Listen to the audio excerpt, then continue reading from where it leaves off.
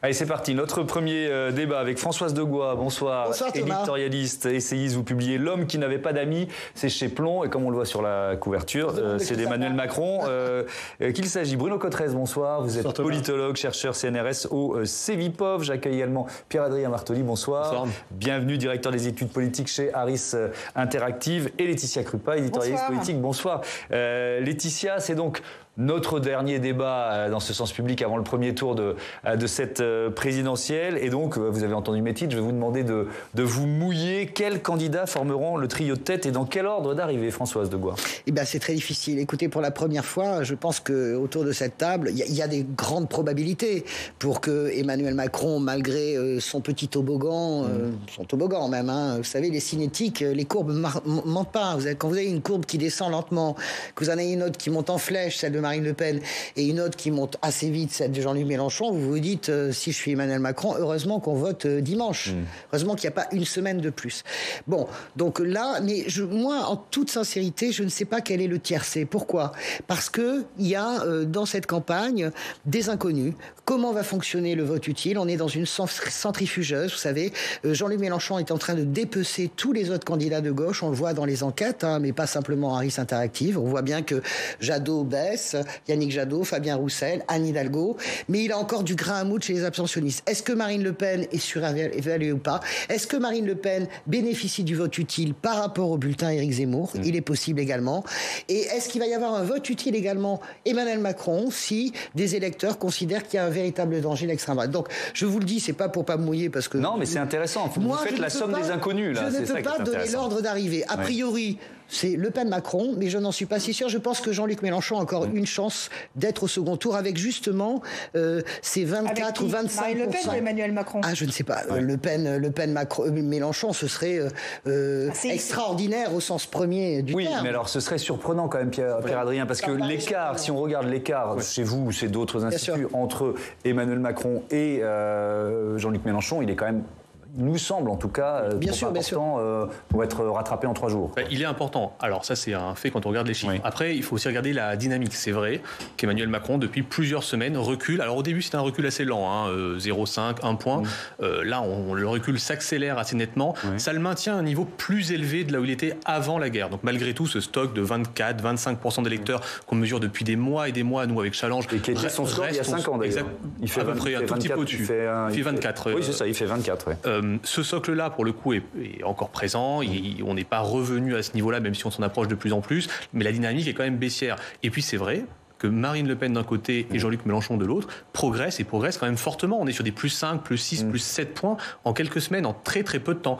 Après, oui, l'écart reste quand même très important et on n'a pas le tiercé dans l'ordre, mais il y a des chances quand même que c'est tiercé dans l'ordre quand même. Ce qu'on voit en tout cas, c'est des électorats qui s'agrègent de plus en plus et qui sont de plus en plus stables, avec des écarts entre les candidats qui font que ça va être difficile dans les jours qui restent de complètement renverser la tendance. Quelle marge d'erreur? Je ne sais pas si ça veut dire grand-chose, mais quelle marge d'erreur? Parce que quand même, il faut l'intégrer à la réflexion quand on lit un sondage.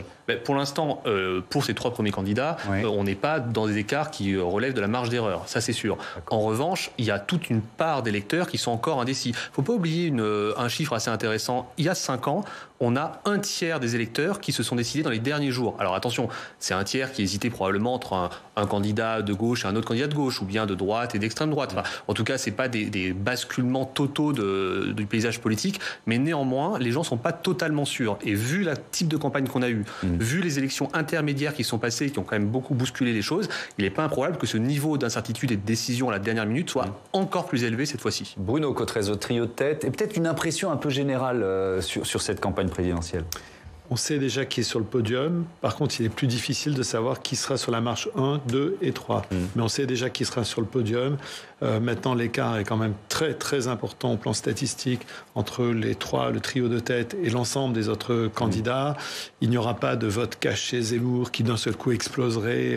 En tout cas, pas suffisamment pour le mettre sur le podium. Multipliant son score par 2 d'un seul coup, ou divisant le score des autres par 2 également. Il y a beaucoup de données qui ont été produites. Je n'ai pas en tête le nombre de sondages qui ont été produits, mais c'est plusieurs centaines de sondages qui ont été produits, et du simple point de vue de la théorie statistique, plusieurs centaines d'observations, c'est quand même, ça constitue une vraie évidence empirique. Donc le podium, on le connaît.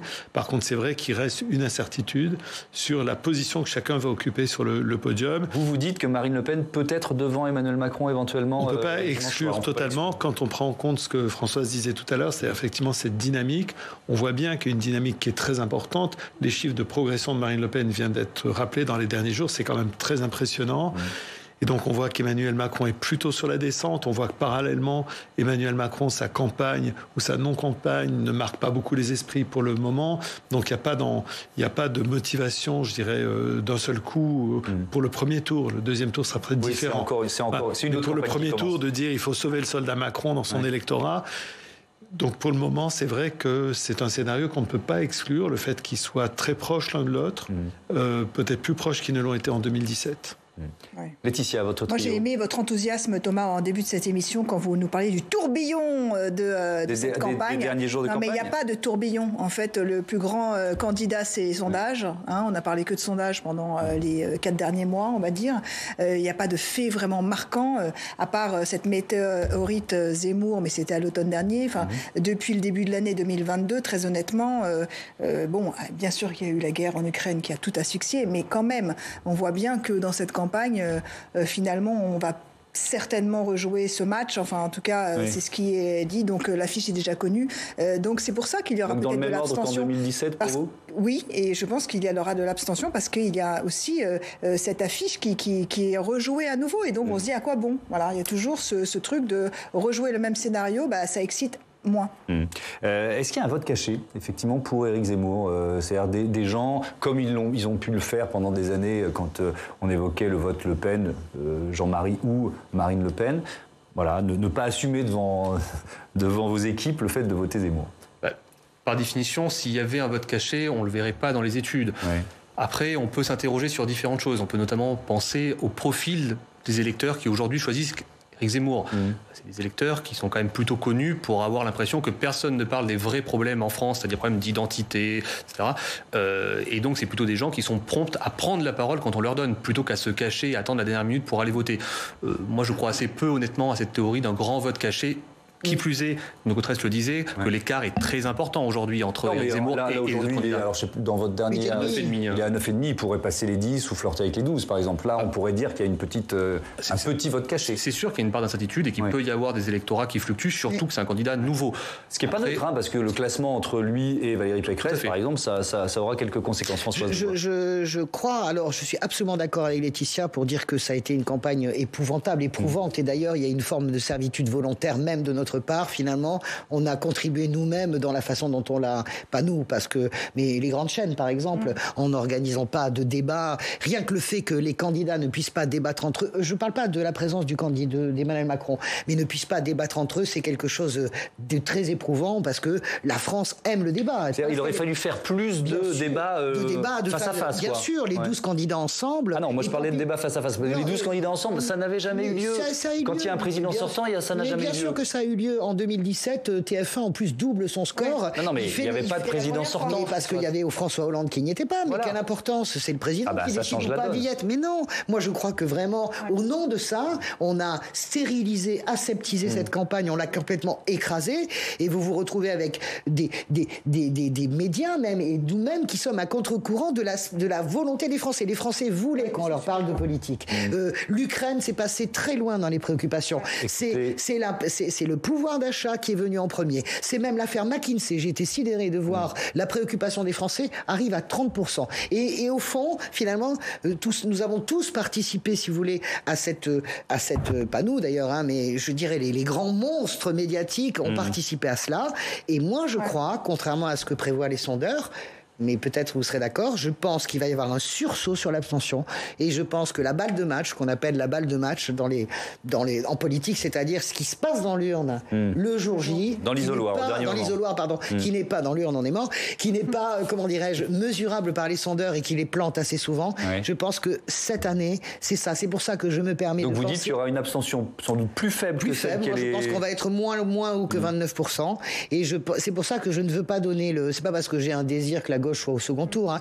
Mais je dis sincèrement que je ne peux pas donner le tiercé parce que je ne sais pas si c'est Marine Le Pen ou Jean-Luc Mélenchon au second tour. Bruno Cotressi, on se projette un peu plus loin. Et je reste sur la question d'Éric Zemmour, qui reste quand même le personnage nouveau, on va dire, de cette campagne.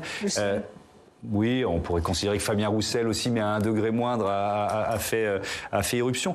Il s'installe pour longtemps dans la tradition d'une certaine extrême droite. Est-ce que c'est lui l'héritier politique de Jean-Marie Le Pen, finalement, aujourd'hui ? Certains l'ont beaucoup dit, au vu de ses déclarations, aussi au vu du profil des électeurs qu'il attire. Il couvre une partie de ce qu'a été le Front National de Jean-Marie Le Pen. Quand on disait le Front National du Nord et celui du Sud, là on est plutôt au Sud. Il a un profil d'électeur plutôt senior, des travailleurs indépendants, des petits commerces, donc une clientèle électorale que le Rassemblement national, au moment du Front National, a très bien connue. Et donc il arrive à prendre aussi une part de cette droite filloniste qui était vraiment sur l'idée qu'on avait volé l'élection, ou en tout cas que François Fillon avait été la victime d'une sorte de complot judiciaire. Et donc il arrive à capter cette frustration d'une partie de l'électorat de la droite. Et incontestablement, il s'inscrit dans le paysage. Alors après, il aura quand même un enjeu important, c'est comment s'inscrit-il dans le paysage ? Est-ce qu'il va se présenter aux élections législatives ? Arrivera-t-il à être élu député ? Ça change complètement s'il est élu député ou s'il reste simplement le leader d'une formation politique. Ça ne sera pas du tout la même chose. Quelle concurrence aura-t-il dans son camp ? Si Marion Maréchal revient en politique, si elle est élue députée, pas lui, qu'est-ce que ça fait ? Voilà. Donc il s'inscrit dans le paysage incontestablement. Et je souscris à l'idée qu'effectivement, il n'y a pas beaucoup de renouvellement. Sur les 12 candidats, il y en a 7 qui étaient déjà là en 2012. Et sur les 7 de 2012, il y en a 5 qui en sont à la 3e candidature. Bien sûr. Donc ça fait beaucoup, c'est vrai. Il y a...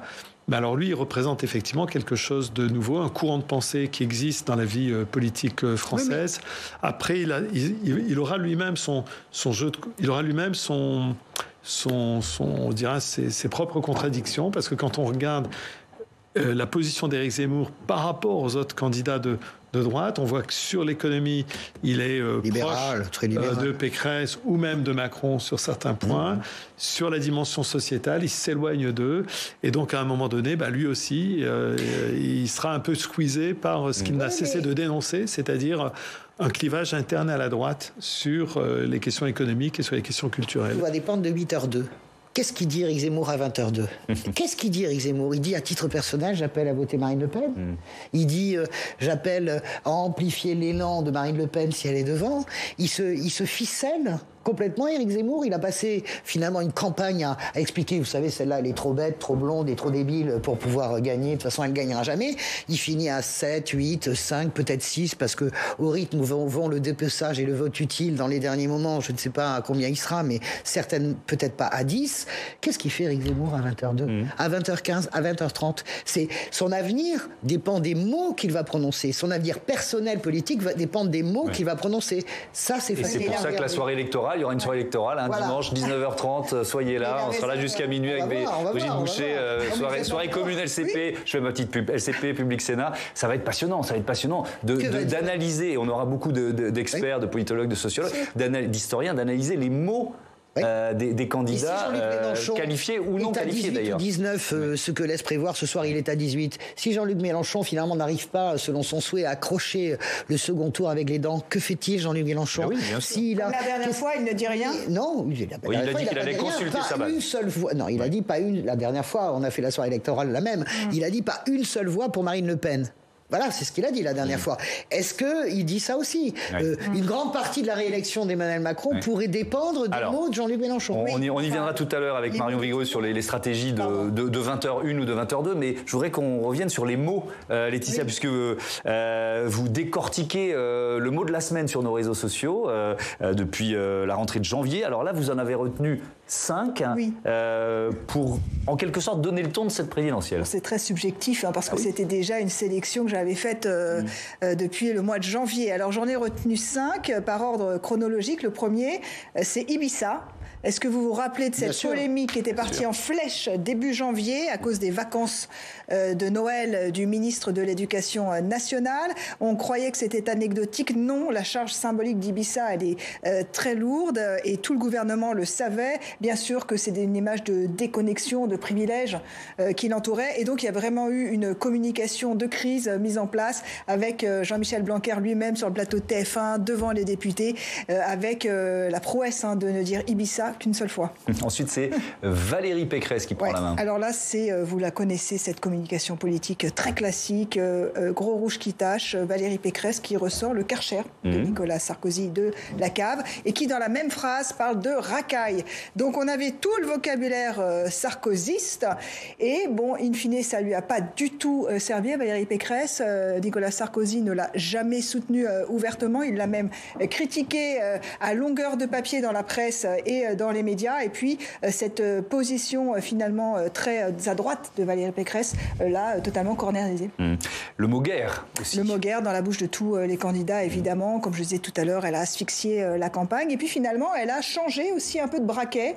D'habitude, on était très franco-français dans la campagne présidentielle, ce qui est tout à fait normal. L'international, en général, vous le savez bien, pour présenter des éditions depuis longtemps, ça n'intéresse quasiment personne. En général, on a du mal à faire des audiences sur ce sujet. Et là, les Français se sont passionnés parce que c'est une guerre, évidemment, aux portes de l'Europe. Et il y a eu des positions plus compliquées à défendre, celle de Jean-Luc Mélenchon, celle de Marine Le Pen, bien sûr d'Éric Zemmour, mais lui est resté droit dans ses bottes par rapport à la condamnation ou pas de Vladimir Poutine. Et elle est faite très rarement de la part de Jean-Luc Mélenchon et Marine Le Pen, nommément. C'est-à-dire qu'ils condamnent la Russie, mais pas Vladimir Poutine. Et puis dans la dernière ligne droite, un argent magique d'Emmanuel Macron et puis le mot remigration pour Éric Zemmour. Oui, j'ai choisi ça parce que c'est assez symptomatique justement de ces derniers jours. Éric Zemmour qui échoue, qui chute lamentablement et puis de son fait sur la dernière ligne droite parce qu'il s'enferme dans son obsession du grand remplacement avec ce terme de remigration qui est l'inverse du processus d'immigration. Et donc finalement, c'est à lui qu'il devra son échec. Et puis l'argent magique d'Emmanuel Macron qui montre que il s'est drapé dans cette étoffe de chef des armées, du chef de la France face à la menace de la guerre en Ukraine et qu'il refuse finalement de descendre dans l'arène faire concurrence à Marine Le Pen sur le sujet du pouvoir d'achat. Il dit argent magique, c'est une expression fétiche pour le président sortant et elle est complètement contradictoire avec sa politique de quoi qu'il en coûte pendant le Covid. Vous voyez bien que l'argent magique, ça veut dire écoutez, on ne peut pas non plus dépenser comme ça, on n'a pas de l'argent, ça ne pousse pas dans les arbres. Sauf que pendant le Covid, il a sauvé, selon lui, la France grâce à sa politique du quoi qu'il en coûte. Donc c'est une limite peut-être de sa stratégie en même temps. Bruno Cotresse, moi je voudrais retenir le mot guerre et voir ce que vous en pensez. Est-ce que ces 6 semaines, on est déjà à 6 semaines de guerre en Ukraine, ont selon vous profondément modifié les équilibres politiques de cette campagne de premier tour? Elles l'ont modifié à un moment donné quand Emmanuel Macron a profité à plein de cet effet qu'on appelle l'effet du drapeau.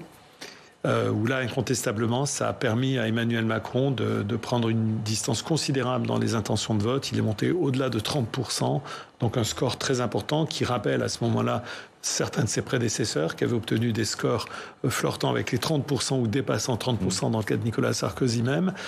Donc effectivement, à ce moment-là, ça change quelque chose. Et puis ça change aussi parce que tout le monde, à un moment donné, est obligé de venir jouer sur le terrain du président de la République, de se positionner par rapport à ça. Ça réorganise le débat de la campagne, ça oblige les différents candidats à parler d'Europe, ça les oblige à parler de politique étrangère, ce qu'ils faisaient très peu. Ça oblige d'une certaine manière à tomber le masque sur les questions européennes en particulier. Et donc ça a changé quelque chose. Rapidement, l'effet s'est évaporé. D'ailleurs, c'est tout à fait conforme à ce qu'explique la théorie de ce ralliement derrière le drapeau qui a été inventée au début des années 70 et qui dit que cet effet n'a pas vocation à perdurer et que si la crise s'éternise, l'effet devient même négatif au bout d'un moment parce que les citoyens, les électeurs disent mais finalement, ils n'arrivent pas à gérer la crise, elle s'éternise. Donc Emmanuel Macron, on voit que l'effet drapeau maintenant s'est totalement évaporé pratiquement. Et donc, il est maintenant effectivement revenu à un niveau qui était celui avant la guerre.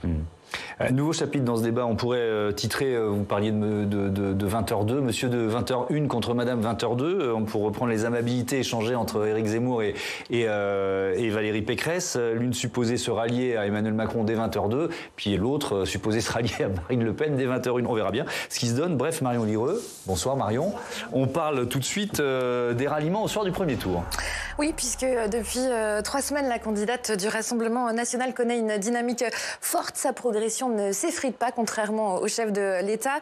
Conséquence, avec ce retour en force du RN, les appels à faire barrage à l'extrême droite réapparaissent. Et déjà, certains candidats donnent quelques pistes quant à leur position en cas de duel Macron-Le Pen. Et c'était le cas ce matin d'Anne Hidalgo. Écoutez-la. Moi, j'appellerais de toute façon à faire barrage à l'extrême droite. Ça, c'est ma boussole et je le ferai. Mais nous ne sommes pas encore au soir du premier tour. Il ne faut pas répondre. Une position que partage Yannick Jadot, qui répète qu'il ne faut pas précipiter les choses. Néanmoins, le Front républicain restera la ligne directrice des Verts. Idem pour Fabien Roussel, le candidat communiste. Quant à Jean-Luc Mélenchon, eh bien, rien n'est tranché. Souvenez-vous, en 2017, le candidat insoumis n'avait donné aucune consigne de vote pour le second tour. Il avait à l'époque déclaré, je cite, « Chacun et chacune d'entre vous sait en conscience quel est son devoir ». Et cette fois-ci, pour ce scrutin, il estime que la question ne se pose pas, car il est convaincu d'être qualifié. Dans le cas contraire, il compte néanmoins consulter ses soutiens. Voici ce qu'il confiait au journal Le Télégramme. 310 000 personnes parrainent ma candidature. Donc le soir du premier tour, on leur demandera ce que l'on fait pour le deuxième. Et à droite, du côté de Valérie Pécresse. Eh bien, la candidate Les Républicains refuse de répondre à cette question. Elle martèle qu'elle sera au second tour, mais en même temps qu'elle sait prendre ses responsabilités. Mais qu'en sera-t-il de son parti LR? Une fracture risque en effet de se dessiner entre les Macron compatibles et la frange plus radicale portée par Bruno Retailleau, Éric Ciotti, Laurent Wauquiez, qui ne seront sûrement pas favorables à un report des voix en faveur du candidat président. On pourrait donc s'orienter vers une stratégie du ni Macron, ni Le Pen. Un bureau politique est prévu chez les LR au lendemain du premier tour. La décision pourrait se prendre à ce moment-là. Le score de la candidate et notamment sa place par rapport à Éric Zemmour devrait également peser dans la balance. Et Marine Le Pen, sur qui pourra-t-elle compter? Eh bien, pour la première fois, elle dispose d'une réserve de voix non négligeable via le report des suffrages d'Éric Zemmour. Un candidat qui a d'ores et déjà déclaré qu'il était ouvert au dialogue, qu'il réfléchit à une alliance avec le Rassemblement national. Mais ce n'est pas ce qu'envisage le RN. Écoutez son porte-parole Sébastien Chenu, il intervenait ce matin dans la matinale de Public Sénat. Vous savez, c'est la logique de la Ve République. C'est la rencontre entre une candidate, en l'occurrence, et les Français, pas par l'intermédiaire des partis politiques. Marine Le Pen, en 2017, vous aviez discuté avec Nicolas Dupont-Aignan. Vous vouliez même en faire ça nous avait pas porté bonheur. Vous vouliez même en faire votre Premier ministre. Là, ça n'existera pas. Non. Okay, donc il n'y aura pas de meeting commun entre Marine Le Pen et Éric Zemmour. C'est Marine Le Pen en dialogue direct avec les Français. Sébastien Chenu qui a en revanche évidemment appelé les militants du candidat Reconquête à rejoindre le RN pour battre Emmanuel Macron. Merci Marion, à tout à l'heure pour une autre chronique dans ce débat. Pierre-Adrien Bartoli, sur les reports, il y a quand même, c'est quelque chose que vous évaluez régulièrement depuis plusieurs semaines. Et là, on bascule évidemment vers les enjeux du second tour. Il y a effectivement un réservoir de voix qui est beaucoup plus important cette année qu'il y a 5 ans pour Marine Le Pen. Et pas seulement, parce que là, on parlait beaucoup d'Éric Zemmour, pas seulement du côté de la droite, ou de l'extrême droite. Non, c'est sûr. Enfin, on va évidemment parler de ça. Il faut déjà dire que, on n'est pas encore dans cette situation, donc c'est ce qui est le plus probable au regard des enquêtes, mais on n'est pas sûr que ce soit effectivement ce qui va se passer au second tour. Et puis les enquêtes de second tour faites avant le premier tour doivent être prises quand même avec un peu de distance. Alors ça, je trouve ça très bien que vous me disiez ça. Pourquoi il faut les prendre avec des pincettes, ces enquêtes? Parce que ça reste des hypothèses, c'est-à-dire que les gens se prononcent sur quelque chose qui n'est pas l'offre politique réelle à ce stade, et ils ont déjà du mal à se projeter dans le premier tour, donc le second tour, pour eux, c'est encore plus loin. Ouais. Ceci dit, est-ce que ça n'a aucune valeur? Je ne crois pas non plus. Ça nous donne des indications sur là où en sont les électeurs. Et où est-ce qu'ils en sont aujourd'hui? Premièrement, Marine Le Pen, elle arrive avec une certaine dynamique au second tour si elle est qualifiée, parce qu'elle aurait un niveau soit proche de celui qu'elle a eu il y a 5 ans, soit même, certains disent, dans certaines études, notamment celles qu'on a sorties cette semaine, un niveau plus élevé. Ce niveau plus élevé, il arrive avec un socle électoral assez bien consolidé, mais aussi un apport d'électeurs fillonistes dès le premier tour, donc des gens de droite qui n'auraient jamais voté FN jusqu'à présent, ou RN, et qui cette fois-ci se reporteraient dès le premier tour sur Marine Le Pen, donc un socle plus stable, plus large. Et puis, et c'est là que ça devient vraiment intéressant, 9-10% d'Éric Zemmour qui, à 85%, se transférerait sur Marine Le Pen au second tour. Donc là, il n'y a pas de barrière ou de frein au vote Marine Le Pen quand on est zémouriste en 2022. Deuxièmement, une perméabilité ou un souhait de voter Marine Le Pen au sein des électorats Valérie Pécresse d'une part et Jean-Luc Mélenchon, donc on va vraiment très loin d'autre part, non négligeable. On a un quart grosso modo de ces électeurs qui aujourd'hui nous disent pourquoi pas au second tour voter pour Marine Le Pen. Et puis, et c'est la troisième grosse inconnue, c'est évidemment l'abstention. Alors on avait déjà vu il y a 5 ans une abstention en progression, des blancs et nuls d'ailleurs très haut aussi, entre le premier tour et le second tour. Cette fois-ci, on a des électeurs de gauche qui nous disent entre 1 tiers et 50% selon les catégories d'électeurs, qu'au fond, ils n'ont peut-être pas envie d'aller voter utile, donc voter pour Emmanuel Macron au second tour, et ils laissent les autres faire le choix, ce qui fait qu'on arrive à des niveaux de second tour aujourd'hui, encore très hypothétiques évidemment, on l'a dit, entre Emmanuel Macron et Marine Le Pen, qui les mettent presque au coude à coude. Oui. Le vote blanc, c'est vrai qu'on n'en parle jamais. Il est très important. Ça n'existait pas. Et il y a des gens qui vont aller voter, mais aller voter blanc pour dire dans l'offre politique, il n'y a personne. Oui. Il y a un signe des temps, si vous me permettez, parce que c'est bien ce qu'a fait. Je voudrais juste corriger la déclaration réelle de Jean-Luc Mélenchon. C'est pas une voix pour Marine Le Pen. Je le dis parce qu'on a l'impression comme ça. C'était le soir à 20h quand il a fait ça. À 20h, à 21h. Quand il prend la parole, il dit pas une voix pour Marine Le Pen. Donc, parce que cette phrase, on l'a oubliée. Mais c'est malheureux de l'avoir oubliée. En tout cas, on l'a oubliée. Deuxièmement, je pense très dangereux qu'à 3 jours, nous soyons en train de faire ce genre d'hypothèse, et je vous rejoins, les seconds tours n'existent pas. À partir du moment où le premier tour n'est pas joué, il est impossible de se positionner. Et il y a un tel trouble qu'elle a oublié de noter, mais c'est normal parce qu'elle avait qu'à faire la politique. Moi, ce qui m'a frappé, c'est le MEDEF. Le MEDEF qui dit « nous nous réunirons le 11 avril ». C'est-à-dire le MEDEF, en 2017, systématiquement en soutien d'Emmanuel Macron. Il s'était même prononcé avant. Là, c'est inédit ? Comment ? C'est inédit que le MEDEF soutienne... C'est ce que je viens de dire à l'instant, oui. C'est inédit que le MEDEF ne soit pas dans le systématique. Et le MEDEF a annoncé qu'il ferait un bureau le 11 avril pour annoncer une décision. Il y a quand même quelque chose là qui est en train de bouger. Et je le redis, nous ne savons pas quel sera ce second tour. Il y a de fortes chances que ce soit Macron-Le Pen, nous ne savons pas dans quel sens. Imaginez Marine Le Pen qui écarte sur Emmanuel Macron de 2-3 points. Qu'est-ce qui se passe ? Là, on est vraiment dans... Donc, je crois que vraiment, restons quand même sur ce premier tour et ces chances de premier tour, parce que je pense que les électeurs, de toute façon, je le redis, je ne sais pas qu'est-ce qui se cuisine au fond de la marmite, mais c'est pas forcément ce qu'on croit. Oui, évidemment, et on a toujours cette prudence sur ce plateau. C'est très bien, vous l'ayez. Je voudrais vous entendre peut-être sur le vote LR, parce que vous parliez d'une réunion du MEDEF le lundi. Il y a aussi un bureau politique chez LR qui on aimerait bien être une petite souris, parce que ça va être compliqué. Là, il y a des lignes de fracture qui vont potentiellement faire imploser ce parti. Comment vous analysez ça ? Non seulement il y a les lignes de fracture, et puis il y a évidemment celui qui est dans l'ombre, Nicolas Sarkozy, qui semble faire un autre choix, au fond, me semble-t-il, qui est plutôt le choix d'un pragmatique, de dire essayons peut-être de faire un deal avec le président Macron s'il est réélu, et à ce moment-là, qui est une toute autre perspective stratégique, qui est au fond d'accepter la réalité si Emmanuel Macron était réélu, et d'essayer de sauver les Républicains en devenant une partie de la majorité. Un tout autre choix stratégique, bien évidemment. Évidemment, pour que ce choix stratégique soit comestible, digérable par les LR, les militants, les cadres du parti, il faut obtenir quelque chose, évidemment, en échange. Ça ne peut pas être comme ça. Donc, il faut qu'ils obtiennent quelque chose en échange.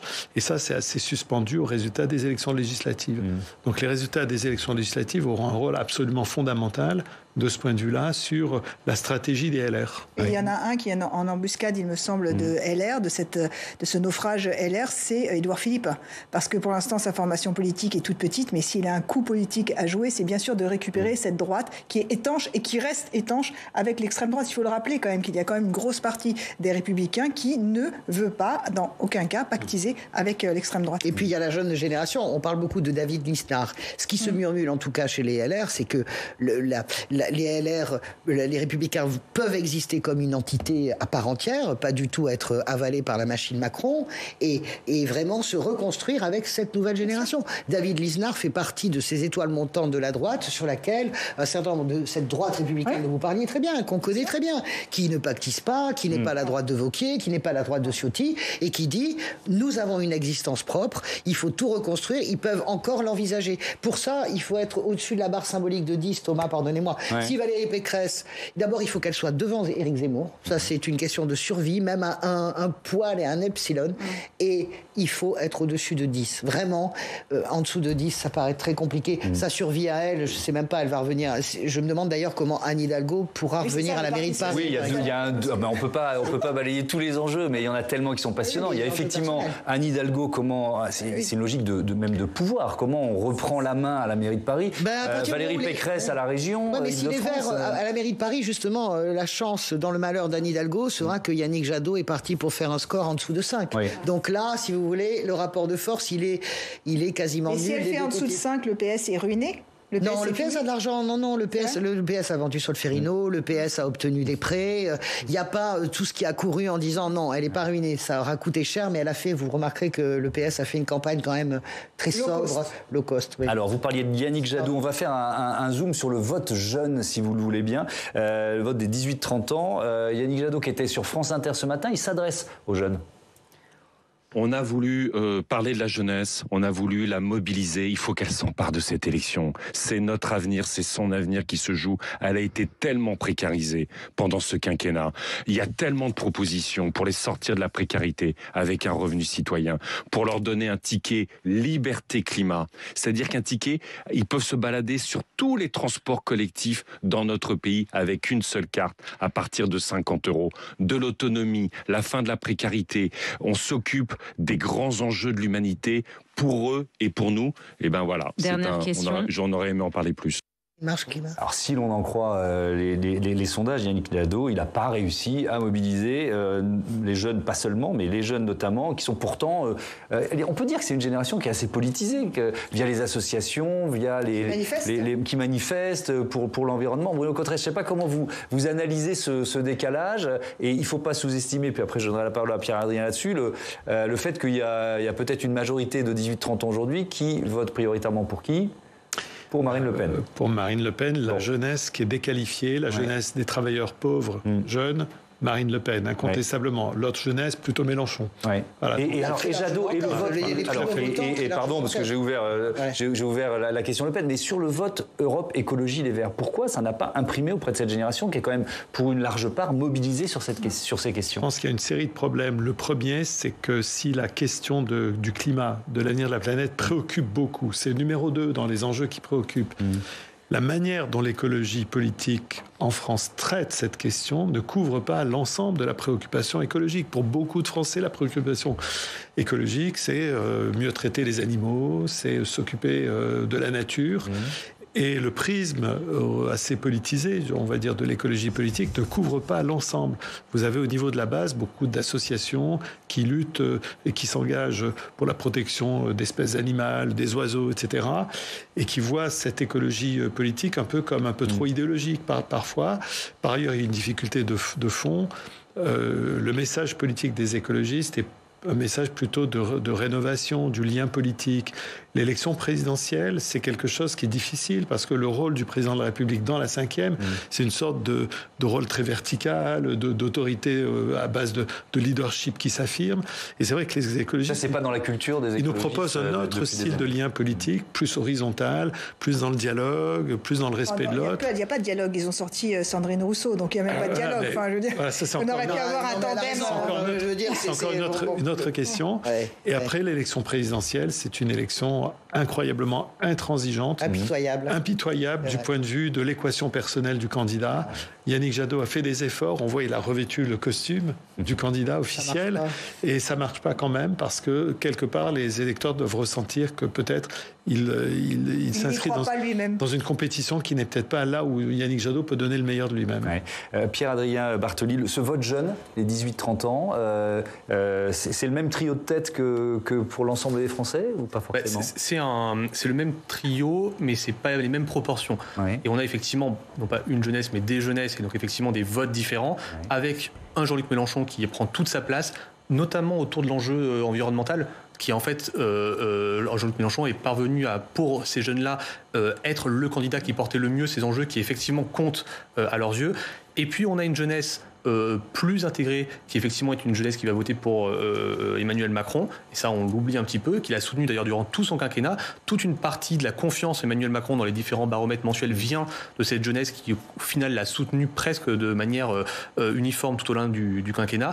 Et puis c'est vrai qu'on a une part de la jeunesse qui vote également Marine Le Pen, mais elle a un peu évolué ces dernières années, notamment par un effet de cohorte. C'est plus une jeunesse qui a aujourd'hui entre 25 et 35 ans, plutôt jeunes actifs, plutôt jeunes parents, et un peu plus dans les difficultés de la vie quotidienne que la génération précédente, c'est-à-dire les moins de 25 ans.